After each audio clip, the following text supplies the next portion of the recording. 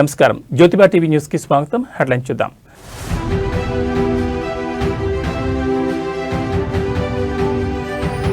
లక్ష్యాలు ఎప్పుడూ సులభంగా ఉండకూడదు.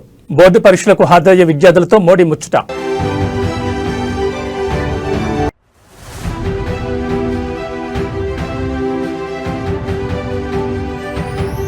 నేడు నిజామాబాద్ జిల్లాకు రేవంత్ రెడ్డి పలు అభివృద్ధి పనులకు శంకుస్థాపన.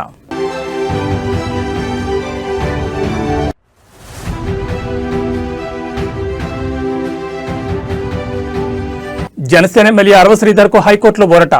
శ్రీధర్ వివరణ తీసుకోవాలని ధర్మాసనం ఆదేశం.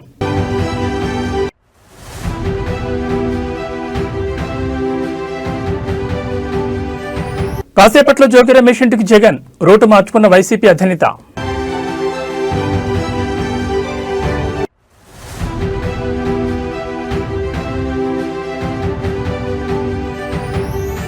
రుణగ్రహీతలకు ఊరట.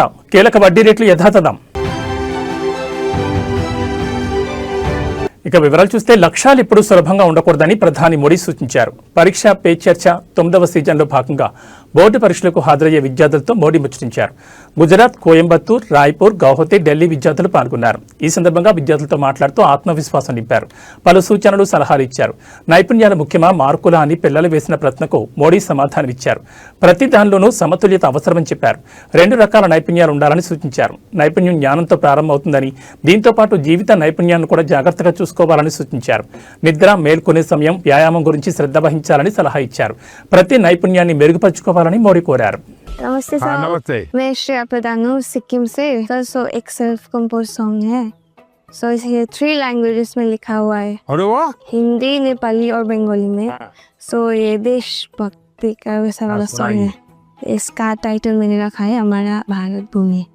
तो आपको कविता लिखने का शौक है? Yes sir. सो कविता मैं वो नेचर के बारे में लिखती हूँ ज्यादातर। अच्छा, नेचर के विषय में। भानु जयंती ने भी लिखा था 1-2 बार। Yes sir. चलिए सुनाइए। हमारा भारत भूमि है, ऋषियों का ये देश है। हमारा भारत भूमि है, ऋषियों का ये देश है। अनेकता में एकता, शांति का परिवेश है। अनेकता में एकता, शांति का परिवेश है। देवी देवता को प्रिय वासियों, मानवता मौला एक उठानियो।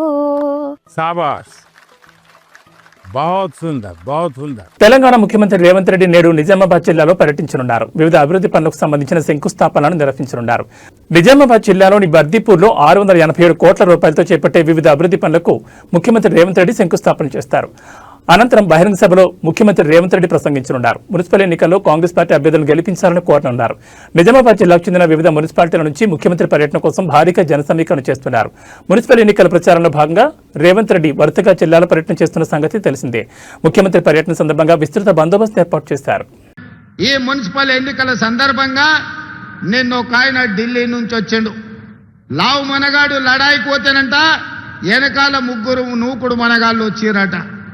భారతీయ జనతా పార్టీ అధ్యక్షుడు, జాతీయ అధ్యక్షుడు నిన్న పాలమూరుకు వచ్చిండు. ఆయన వెనకాల కిషన్ రెడ్డి, బండి సంజయ్, డికే అరుణ గారు ఆయన వెనకాల పోయారు. మరి నేను అడుగుతున్నా ఈరోజు కిషన్ రెడ్డి గారిని, బండి సంజయ్ గారిని, డికే అరుణమ్మ గారిని మీ జాతీయ అధ్యక్షుడిని తీసుకొచ్చిండ్రు కదా, మాకేం అభ్యంతరం లేదు. మోడీ గారిని, అమిత్ షా గారిని, మీ నాయకులు ఎంతమంది ఉన్నారో ఢిల్లీ మొత్తం, దేశం మొత్తం ఉన్నోళ్ళ అందరినీ తెలంగాణ రాష్ట్రంలో మున్సిపల్ ఎన్నికలలో ప్రచారానికి తీసుకురండి. ఒక్క మున్సిపాలిటీ అయినా మీరు గెలుస్తారేమో మా కాంగ్రెస్ పార్టీ కార్యకర్తలు చూసుకుంటారు. మా కాంగ్రెస్ పార్టీ కార్యకర్తల సత్తా ఏందో ఇవాళ బీజేపీ వాళ్ళకు చూపిస్తారు. నేను అడగదలుచుకున్న బీజేపీ జాతీయ అధ్యక్షుని 2014లో నరేంద్ర మోడీ గారు మా మహబూబ్నగర్ జిల్లాకు వచ్చినప్పుడు పాలమూరు రంగారెడ్డి ఎత్తిపోతల పథకాన్ని జాతీయ ప్రాజెక్టుగా చేస్తాము అని అన్నాడు. ఆంధ్రప్రదేశ్ ఏసీబీ కోర్టులో నేడు జోగి రమేష్ బ్రదర్స్ బెయిల్ రద్దుపై విచారణ జరగనుంది. నకిలీ మద్యం కేసులో జోగి సోదరుల బెయిల్ రద్దు చేయాలని సిట్ అధికారులు పిటిషన్ వేశారు. ఇద్దరు బయట ఉంటే సాక్షులను ప్రభావితం చేస్తారని, వీరి బెయిల్ రద్దు చేయాలని సిట్ వేసిన పిటిషన్పై ఏసీబీ కోర్టు నేడు విచారణ చేయనుంది. మరోవైపు మాజీ మంత్రి జోగి రమేష్ పై నమోదైన కేసులను క్వాష్ చేయాలని వేసిన పిటిషన్పై నేడు ఆంధ్రప్రదేశ్ హైకోర్టులో విచారణ జరగనుంది. తిరుపతి, ఇబ్రహీంపట్నంలో జోగి రమేష్ పై నమోదైన కేసులను క్వాష్ చేయాలన్న పిటిషన్పై నేడు విచారణ చేసిన తర్వాత ఎలాంటి తీర్పు ఇవ్వనుందో చూడాలి. అరాచక ప్రభుత్వం నిన్నటి నుంచి ఏ విధంగా రాష్ట్రంలో వైఎస్ఆర్ కాంగ్రెస్ పార్టీ నాయకుల మీద, కుటుంబ సభ్యుల మీద, నివాసాల మీద ఏ విధంగా దాడి జరుగుతున్నాయో మీరు అందరూ కూడా సభ్య సమాజం మొత్తం కూడా చూస్తూ ఉన్నారు. ఇప్పుడు ఈ క్షణంలో ఇబ్రహీంపట్నంలో ఉన్న నా ఇంటి మీద చంద్రబాబు నాయుడు కొడుకు లోకేష్ ఇద్దరు కూడా నా నివాసం మీద దాడి చేయడం కోసం, నా కుటుంబ సభ్యుల మీద దాడి చేయడం కోసం నన్ను ఏదైనా చేయాలి, కిరాతకంగా చేయాలి, రాక్షస ఆనందం పొందాలన్న ఉద్దేశంతో ఇప్పుడు దాడి జరుగుతున్న దృశ్యాలను మీరు మీడియా మిత్రులు అందరూ కూడా, రాష్ట్ర ప్రజలందరూ కూడా గమనిస్తున్నారు. 83 రోజులు అన్యాయంగా, అక్రమంగా ఒక ఫేక్ కేసులో చంద్రబాబు నాయుడు కొడుకు అన్యాయంగా ఇరికించి 83 రోజులు నన్ను జైల్లో పెట్టి నన్ను నా తమ్ముడిని రాక్షసానందం పొందారు. ఇది చాలేదా? ఇది చాలకపోగా పెట్రోల్ బాంబులు వేసి నన్ను, నా కుటుంబాన్ని అంటే హతమార్చాలని చూస్తారా? ఏం చంద్రబాబు నాయుడు, ఏ లోకేష్, ఏంటి దుర్మార్గం?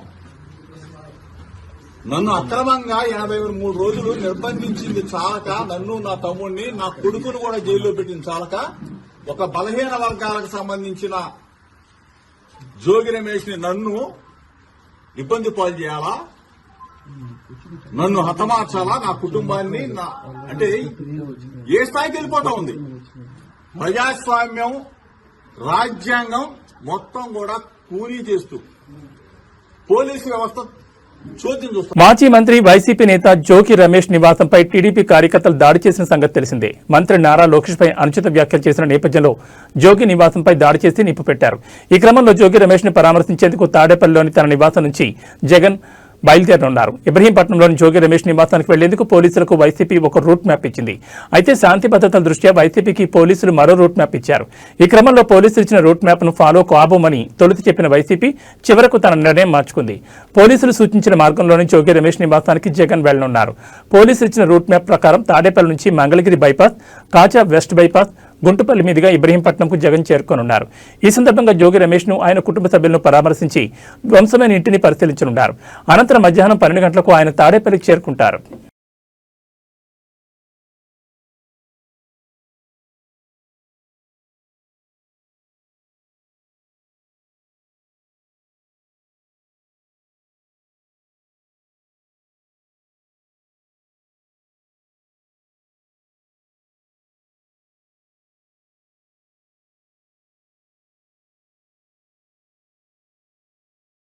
ఆంధ్రప్రదేశ్ మద్యం కుంభకోణం కేసులో నిందితుల బెయిల్ పిటిషన్పై నేడు ఏసీబీ కోర్టులో విచారణ జరగనుంది. ఈ కేసులో నిందితులుగా ఉన్న బాలాజీ గోవిందప్ప, ధనుంజయ రెడ్డి, కృష్ణమోహన్ రెడ్డిలకు కండిషన్ బెయిల్ ఇచ్చిన సంగతి తెలిసిందే. అయితే వీరి బెయిల్ను రద్దు చేయాలని సిట్ అధికారులు న్యాయస్థానాన్ని ఆశ్రయించారు. అయితే ఈ బెయిల్పై ముగ్గురు నిందితులు సుప్రీంకోర్టును ఆశ్రయించగా ట్రయల్ కోర్టులోనే విచారణ చేపట్టి నిర్ణయం తీసుకోవాలని చెప్పింది.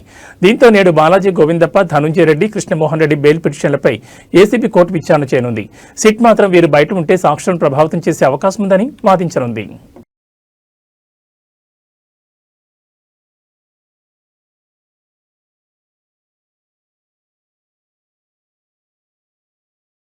తెలంగాణ జనసేన నేతలతో ఆ party chief AP deputy CM Pawan Kalyan సమావేశమయ్యారు. రాష్ట్రంలో జరిగే మున్సిపల్ ఎన్నికల్లో బీజేపీ, జనసేన అభ్యర్థుల తరపున ఆయన ప్రచారం చేయనున్నారు. ఈ క్రమంలోనే ప్రచార షెడ్యూల్ను ఖరారు చేసేందుకు తెలంగాణ జనసేన నేతలతో పవన్ మంగళగిరిలోని పార్టీ కార్యాలయంలో భేటీ అయ్యారు. ఈ మీటింగ్లో పార్టీ నేతలు మహేందర్ రెడ్డి, రామ్ తాడూరి, శంకర్ గౌడ్, సాగర్, రాజలింగం పాల్గొన్నారు. శుక్రవారం ప్రచార షెడ్యూల్ రిలీజ్ చేస్తామని తెలంగాణ నేతలు చెబుతున్నారు. బీజేపీ స్టేట్ ప్రెసిడెంట్ రామచంద్రరావు, కేంద్ర మంత్రులు కిషన్ రెడ్డి, బండి సంజయ్ ఇతర ఎంపీలతో చర్చించి పవన్ ప్రచారంపై షెడ్యూల్ రెడీ చేస్తున్నామని వివరించారు.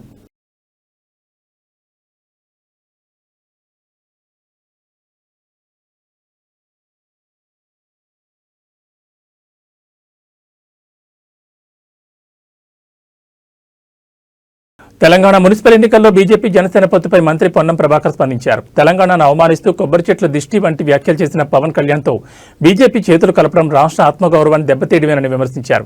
బడ్జెట్లో నిధులు ఇవ్వని బీజేపీ తెలంగాణ వ్యతిరేకులను అడ్డం పెట్టుకుని రాజకీయం చేస్తోందని ధ్వజమెత్తారు. పవన్ ప్రచారాన్ని ప్రజలు గమనించాలని, ఆయనను ఉద్యమకారులు ఎప్పటికీ తెలంగాణ వ్యతిరేకంగానే చూస్తారని మంత్రి హెచ్చరించారు. ఫెడరల్ సిస్టంలో ప్రజాస్వామిక భారతదేశంలో ఎవరు ఎక్కడికైనా పోవచ్చు, ఎవరు ఎక్కడైనా కూడా రాజకీయాల్లో ఉండొచ్చు. కానీ ఆ ప్రాంత ప్రజలను అవమానపరుస్తూ ఆ ప్రాంత ప్రజల యొక్క ఆకాంక్షకు వ్యతిరేకంగా పోరాడి తెలంగాణ పట్ల పూర్తిగా చులకన భావంతో మాట్లాడి తెలంగాణ వేర్పాటువాదంగా చూపెట్టినటువంటి పవన్ కళ్యాణ్ గారు కోనసీమలో కొబ్బరి చెట్లు ఓడిపోతే తెలంగాణ వాళ్ళ కన్న దృష్టితో ఓడిపోయినటువంటి పవన్ కళ్యాణ్ గారు తెలంగాణలో అభ్యర్థులు పెడుతూ భారతీయ జనతా పార్టీ తోటి పొత్తుగా ఎన్నికల ప్రచారం కొనసాగిస్తాడంటే ఇది పూర్తిగా తెలంగాణ ప్రజలను అవమానపరచడమే. తెలంగాణ ప్రజలను కళ్ళు అంత దృష్టితోటి కోనసీమ కొబ్బరి చెట్లు ఎండిపోయినాయని మాట్లాడిన వ్యక్తి, అటువంటి వ్యక్తితోటి భారతీయ జనతా పార్టీ ఏ విధంగా పొత్తు పెట్టుకుంటుందో చెప్పాల్సిన అవసరం ఉంది. ఎన్నికల్లో ఓట్లు అడిగే ముందు భారతీయ జనతా పార్టీ తెలంగాణకు సంబంధించి లైంగిక వేధింపుల ఆరోపణలు ఎదుర్కొంటున్న రైల్వే కోడూరు జనసేన ఎమ్మెల్యే అరవ శ్రీధర్ కు ఏపీ హైకోర్టులో ఊరట లభించింది. తనపై నమోదైన లైంగిక వేధింపుల కేసును కొట్టివేయాలని కోరుతూ ఆయన దాఖలు చేసిన పిటిషన్ విచారించిన హైకోర్టు కీలక ఆదేశాలు జారీ చేసింది. ఈ వ్యవహారంపై అరవ శ్రీధర్ వివరణ తీసుకోవాలని పోలీసులను న్యాయస్థానం ఆదేశించింది. బీఎన్ఎస్ చట్టంలోని సెక్షన్ 35(3) నిబంధనల ప్రకారం నడుచుకోవాలని, అరెస్టు వంటి కఠిన చర్యలు తీసుకోవద్దని సూచించింది. ఒకవేళ అరెస్టు చేయాల్సి వస్తే తప్పనిసరిగా రాతపూర్వకంగా కారణాలు నమోదు చేయాలని ఆదేశించింది. విచారణ సందర్భంగా అరవ శ్రీధర్ తరపు న్యాయవాదులు తమ వాదనలు వినిపిస్తూ రాజకీయ దురుద్దేశంతోనే శ్రీధర్పై కేసు నమోదు చేశారని చెప్పారు. వాదనలు విన్న న్యాయమూర్తి జస్టిస్ వెంకట జ్యోతిర్మయి ఎమ్మెల్యే వివరణ తీసుకోవాలని పోలీసులను ఆదేశించారు. దీంతో ఆయనకు స్వల్ప ఊరట లభించినట్లయింది. కేసు వివరాల్లోకి వెళ్తే ఓ మహిళా ఉద్యోగి ఇచ్చిన ఫిర్యాదు మేరకు జాతీయ మానవ హక్కుల కమిషన్ ఆదేశాలతో రైల్వే కోడూరు పోలీసులు శ్రీధర్పై లైంగిక వేధింపుల కేసు నమోదు చేశారు. అయితే తనపై ఆమె చేసిన ఆరోపణలు నిజం కాదని ఎమ్మెల్యే తొలి నుంచి వాదిస్తున్నారు. మరోవైపు పార్టీ పరంగా కూడా ఈ విషయంపై జనసేన అధిష్టానం త్రిసభ్య కమిటీతో విచారణ జరిపించిన సంగతి తెలిసిందే. నాకు ఎవరైతే ఆ వ్యక్తికి జరిగిందో పూర్తిగా ఇది వ్యక్తిగత విషయం. దయచేసి ఎవరు కూడా పార్టీలకి రుద్దొద్దు. ముఖ్యంగా జనసేన పార్టీ అనే పేరు ఎత్తకుండా వ్యక్తిగత జరిగిన విషయం కాబట్టి వ్యక్తిగతంగానే నేను కమిటీకి సబ్మిట్ చేశాను. కమిటీ ఏదైతే మన పార్టీ చెప్తుందో అదేవిధంగా పార్టీ కూడా నాకు చెప్తారో ఆ చెప్పిన తర్వాతే నేను ముందుకెళ్తాను. ఖచ్చితంగా ఇన్వాల్వ్ అయ్యారండి. ఆయన ఇన్వాల్వ్మెంట్ ఖచ్చితంగా ఉంది. వాళ్ళు ఎప్పుడు కంట్రోల్ చేస్తూనే ఉండేవాళ్ళండి శ్రీధర్ని. శ్రీధర్ నాతో చాలా సార్లు చెప్పి డమ్మీ క్యాండిడేట్ అండి, అది రైల్వే కోడూరులో ఉన్న ఎవరికైనా తెలుస్తుంది. తెలంగాణ సీఎం టీపీసీసీ మాజీ అధ్యక్షుడు రేవంత్ రెడ్డికి రాష్ట్ర హైకోర్టులో చుక్కెదురైంది. గతంలో తనపై నమోదైన క్రిమినల్ కేసులను కొట్టివేయాలని కోరుతూ ఆయన హైకోర్టులో దాఖలు చేసిన క్వాష్ పిటిషన్ను న్యాయస్థానం తోసిపుచ్చింది. ఈ వివాదానికి సంబంధించిన తదుపరి విచారణను కోర్టు ఈ నెల 21వ తేదీకి వాయిదా వేసింది. సీఎం రేవంత్ రెడ్డి టీపీసీసీ అధ్యక్షుడిగా ఉండగా 2023లో జరిగిన అసెంబ్లీ ఎన్నికల సమయంలో భూపాలపల్లిలో నిర్వహించిన ఒక బహిరంగ సభలో రేవంత్ రెడ్డి ప్రసంగిస్తూ మాజీ ఎమ్మెల్యే గండ్ర వెంకటరమణారెడ్డిపై అనుచిత వ్యాఖ్యలు చేశారు. దీంతో తన వ్యక్తిత్వాన్ని దెబ్బతీసేలా అభ్యంతరకర రీతిలో రేవంత్ రెడ్డి మాట్లాడారని గండ్ర వెంకటరమణారెడ్డి పోలీసులకు ఫిర్యాదు చేశారు. ఈ ఫిర్యాదు ఆధారంగా పోలీసులు రేవంత్ రెడ్డిపై క్రిమినల్ కేసులు నమోదు చేశారు. తాజాగా ఈ కేసులను కొట్టివేయాలని రేవంత్ రెడ్డి హైకోర్టును ఆశ్రయించారు. రాజకీయ కారణాలతోనే తనపై కేసులు పెట్టారని ఆయన తరపు న్యాయవాదులు వాదించినప్పటికీ న్యాయస్థానం ఆ వాదనతో ఏకీభవించలేదు. ప్రాథమిక ఆధారాలను పరిశీలించిన అనంతరం కేసు విచారణ దశలో ఉన్నందున ఇప్పుడు కొట్టివేయలేమని స్పష్టం చేస్తూ పిటిషన్ తిరస్కరించింది. దీంతో ఈ నెల 21న జరిగే విచారణలో కోర్టు ఎలాంటి నిర్ణయం తీసుకుంటుందోనని రాజకీయ వర్గాల్లో ఆసక్తి నెలకొంది. ఈ మున్సిపల్ ఎన్నికల సందర్భంగా నిన్న ఒక ఆయన ఢిల్లీ నుంచి వచ్చిండు. లావు మనగాడు లడాయికి పోతేనంట వెనకాల ముగ్గురు నూకుడు మనగాళ్ళు వచ్చిరట. భారతీయ జనతా పార్టీ అధ్యక్షుడు, జాతీయ అధ్యక్షుడు నిన్న పాలమూరుకు వచ్చిండు. ఆయన వెనకాల కిషన్ రెడ్డి, బండి సంజయ్, డీకే అరుణ గారు ఆయన వెనకాల పోయారు.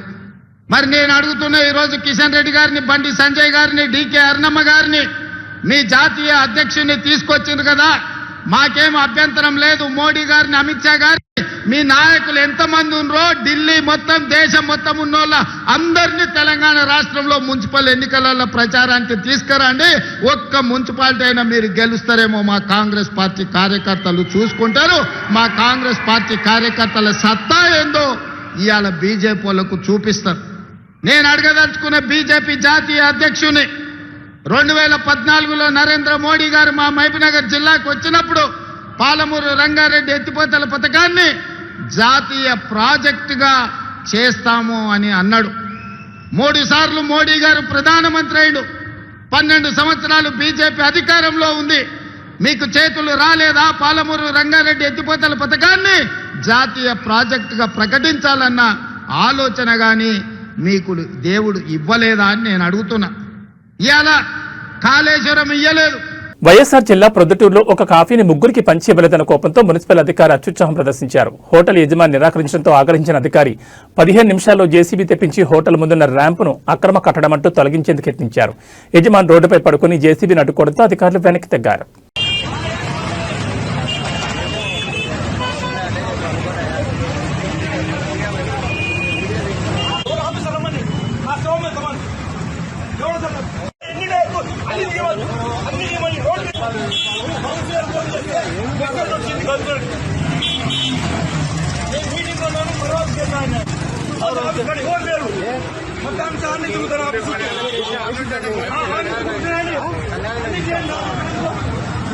పింఛన్ల పెంపు, మహిళలకు 2500 పథకాలపై ఏఐసీసీ కార్యదర్శి సంపత్ కుమార్ కీలక వ్యాఖ్యలు చేశారు. గద్వాల జిల్లా ఐజలో మాట్లాడిన ఆయన మార్చి తర్వాత పింఛన్లను 4000కు పెంచుతామని, మహిళలకు ఆర్థిక సాయం అందిస్తామని ప్రకటించారు. గత ప్రభుత్వం వల్ల దెబ్బతిన్న ఆర్థిక వ్యవస్థను సీఎం రేవంత్ రెడ్డి చక్కదిద్దుతున్నారని, ఇప్పటికే ఉచిత బస్సు, ఇందిరమ్మ ఇల్లు వంటి హామీలను అమలు చేశామని ఆయన ఈ సందర్భంగా గుర్తు చేశారు. రేవంత్ రెడ్డి నుంచి రేషన్ కార్డులు వచ్చినాయి, కాంగ్రెస్ నుంచి రేవంత్ రెడ్డి నుంచి. ఇందిరమ్మ ఇల్లు వచ్చినాయి, కాంగ్రెస్ నుంచి రేవంత్ రెడ్డి నుంచి. దాదాపు 10 సంవత్సరాల అధికారం నుండి రేషన్ కార్డు ఒక్కటంటే ఒక్కటి ఇలే, డబుల్ బెడ్రూమ్ అంటే ఒక్కటి ఇలే. కానీ 2 సంవత్సరాల్లోనే ఇవన్నీ చేసుకుంటూ ముందుకు పోతా ఉన్నాం. అయినా ఇంకా చేయాల్సిన అవసరం ఉంది. వాస్తవం మాకు గుర్తుంది. మీ అందరికి 2500 రూపాయలు ఇవ్వాలి, పెన్షన్ 4000 రూపాయలు చేయాలి. మీ అమ్మ నీవెట్లయితే నీ భర్త సంపాదించిన ఆక్సంచులో పెట్టుకొని రూపాయలు జమ చేసి ఎట్లయితే సంసారాన్ని నడుపుతావో అట్లే ముఖ్యమంత్రి రేవంత్ రెడ్డి అయ్యేటప్పుడు చిల్లి గవ్వలేదు రాష్ట్రంలో. 10 రూపాయలు కూడా లేవు. మొత్తం బుక్కేసిండ్రు, తినేసిండ్రు, మింగేసిండ్రు, ఆస్తులు సంపాదించుకున్నారు. కానీ అభివృద్ధి చేయలే, గల్లపెట్ట ఖాళీ అయింది. అసలు సందర్భంలో రేవంత్ రెడ్డి వచ్చిన తర్వాత గౌరవ ముఖ్యమంత్రి వైసీపీ అధినేత మాజీ ముఖ్యమంత్రి వైఎస్ జగన్మోహన్ రెడ్డి నేడు విజయవాడలో పర్యటించనున్నారు. ఇటీవల దాడులకు గురైన మాజీ మంత్రి జోగి రమేష్ నివాసాన్ని సందర్శించి ఆయన కుటుంబాన్ని పరామర్శించనున్నారు. అయితే ఈ పర్యటన నేపథ్యంలో విజయవాడలో హైటెన్షన్ నెలకొంది. శాంతి భద్రతలు, ట్రాఫిక్ సమస్యల దృష్ట్యా 1 టౌన్ పోలీసులు మాజీ మంత్రి వెల్లంపల్లి శ్రీనివాస్, వైసీపీ నేత మల్లాది విష్ణు, దేవినేని అవినాష్ తదితరులకు ముందస్తు నోటీసులు జారీ చేశారు. ఎటువంటి ర్యాలీలు, ఊరేగింపులు నిర్వహించకూడదని, భారీగా జన సమీకరణ చేయొద్దని పోలీసులు స్పష్టం చేశారు. జగన్ ప్రయాణించే రూట్ మ్యాప్ పై కూడా పోలీసులు ఆంక్షలు విధించారు. దీనిపై వైసీపీ శ్రేణులు తీవ్ర ఆగ్రహం వ్యక్తం చేస్తున్నాయి.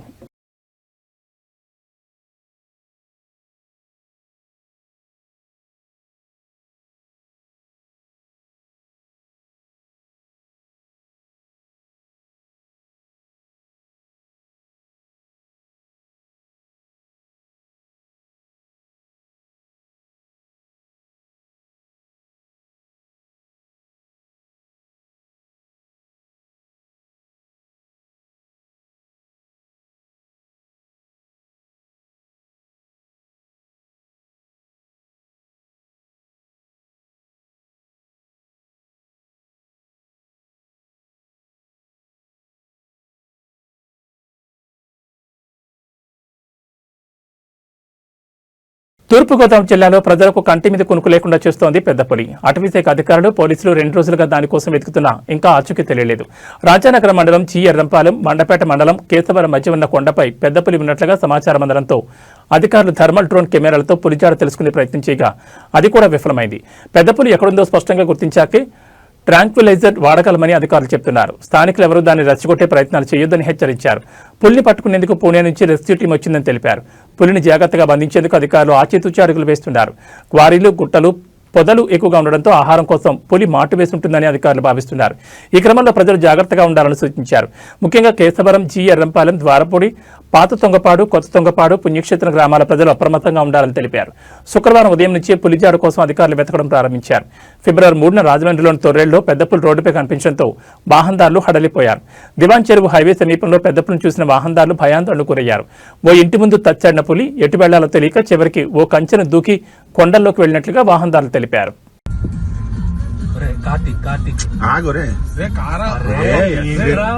భయపెట్టేసి లోపలికి పంపించేస్తావు. ఆపోజిట్ లో వస్తున్నారు, ఆగు. అరే దానికి ఏం చేయాలి తెలియట్లేదు రా. లాస్ట్ ఆ సైజ్ ఏంట్రా, లోపల దూకింది రైట్ సైడ్ కి. భారతీయ రిజర్వ్ బ్యాంక్ కీలక వడ్డీ రేట్లను యథాతథంగా ఉంచింది. పాలసీ రెపో రేటును ప్రస్తుతం 5.25% మధ్య కొనసాగించాలని ద్రవ్య పరపతి కమిటీ ఏకగ్రీవంగా నిర్ణయించినట్లు ఆర్బీఐ గవర్నర్ సంజయ్ మల్హోత్రా ప్రకటించారు. దీంతో పాటు తమ న్యూట్రల్ మానిటరీ పాలసీ వైఖరికి కట్టుబడి ఉన్నట్లు ఆయన స్పష్టం చేశారు. దేశ ఆర్థిక పరిస్థితులు, భవిష్యత్ అంచనాలను జాగ్రత్తగా పరిశీలించిన తర్వాతే ఈ నిర్ణయం తీసుకున్నట్లు గవర్నర్ తెలిపారు. గత డిసెంబర్ సమావేశం తర్వాత ప్రపంచవ్యాప్తంగా ప్రతికూలతలు పెరిగినప్పటికీ ప్రభుత్వం కుదుర్చుకున్న వాణిజ్య ఒప్పందాలు ఆర్థిక వ్యవస్థకు సానుకూలంగా ఉన్నాయని ఆయన అన్నారు. ద్రవ్యోల్బణాన్ని నియంత్రిస్తూనే వృద్ధికి ఆటంకం కలగకుండా సమతౌల్యం పాటించడమే న్యూట్రల్ వైఖరి ఉద్దేశమని వివరించారు. ద్రవ్యోల్బణం అదుపులోనే ఉందని, ఆర్బీఐ నిర్దేశించిన సహన పరిమితి కంటే తక్కువగా ఉందని మల్హోత్రా పేర్కొన్నారు. 2026-27 ఆర్థిక సంవత్సరం తొలి 2 త్రైమాసికాలకు సిపిఐ ద్రవ్యోల్బణ అంచనాలను వరుసగా 4%, 4.2% సవరించినట్టు తెలిపారు.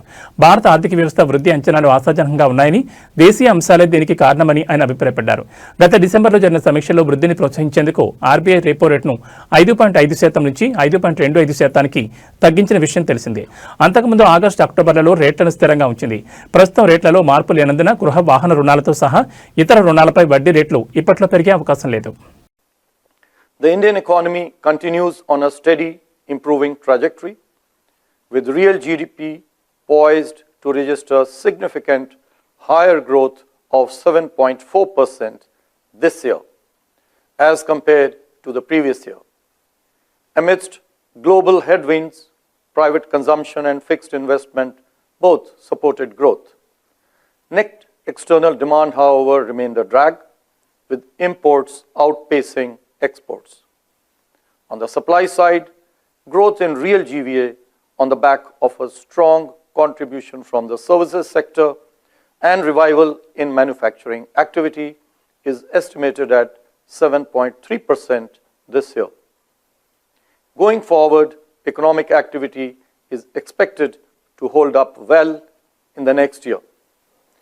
Agricultural activity will be supported by healthy reservoir levels, robust rabi sowing, and improvement in crop vegetation conditions. బంగారం, వెండి ధరల పతనం సామాన్యులకు ఊరటనిస్తోంది. గత కొన్ని రోజులుగా అమాంతం పెరిగిన ధరలు ఒక్కసారిగా దిగి వస్తున్నాయి. ఇవాళ హైదరాబాద్ బులియన్ మార్కెట్లో నేడు కిలో వెండి ధరపై ఏకంగా 20,000 తగ్గింది. ఈ పరిణామం కిలో వెండి ధర 2,80,000 వద్దకు చేరుకుంది. గత 2 రోజుల్లోనే వెండి ధర ఏకంగా 40,000 మేర క్షీణించడం ఇన్వెస్టర్లను, కొనుగోలుదారులను ఆశ్చర్యానికి గురిచేస్తోంది. నిన్న కూడా కిలోపై 20,000 మేర తగ్గిన విషయం తెలిసిందే. మరోవైపు 10 గ్రాముల 24 క్యారెట్ల స్వచ్ఛమైన బంగారంపై 2,070 రూపాయలు తగ్గి 1,52,350 వద్ద ధర కొనసాగుతుండగా 22 క్యారెట్ల బంగారంపై 1,900 తగ్గి ధర 10 గ్రాములకు 1,39,650గా ఉంది. ప్రపంచ మార్కెట్లో వెండి ధరలు గణనీయంగా తగ్గడం స్థానిక మార్కెట్పై ప్రభావం చూపుతోంది. ధరలు రికార్డు స్థాయికి చేరడంతో ఇన్వెస్టర్లు పెద్ద ఎత్తున వెండిని విక్రయించి లాభాలు స్వీకరిస్తున్నారు. అంతర్జాతీయంగా డాలర్ విలువ పెరగడం వల్ల బంగారం, వెండి ధరలు తగ్గుముఖం పట్టాయి.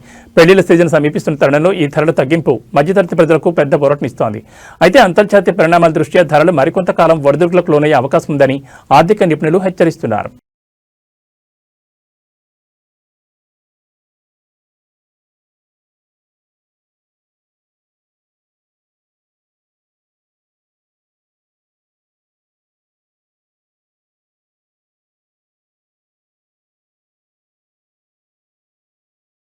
ఇక బులెటిన్ ముగించే ముందు హెడ్లైన్స్ మరోసారి.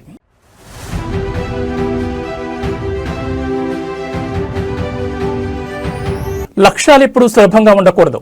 బోర్డు పరీక్షలకు హాజరయ్యే విద్యార్థులతో మోడీ ముచ్చట.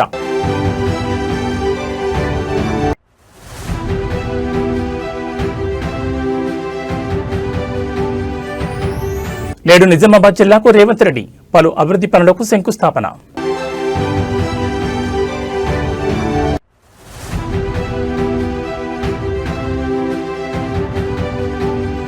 జనసేన ఎమ్మెల్యే అరవ శ్రీధర్కు హైకోర్టులో ఊరట. శ్రీధర్ వివరణ తీసుకోవాలని ధర్మాసనం ఆదేశం.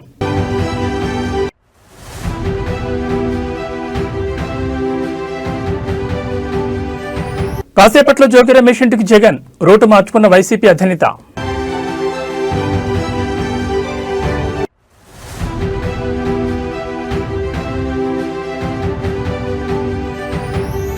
రుణగ్రహీతలకు ఊరట, కీలక వడ్డీ రేట్లు యథాతథం. ఏబీ బులెటిన్ విశేషాలు. నమస్కారం.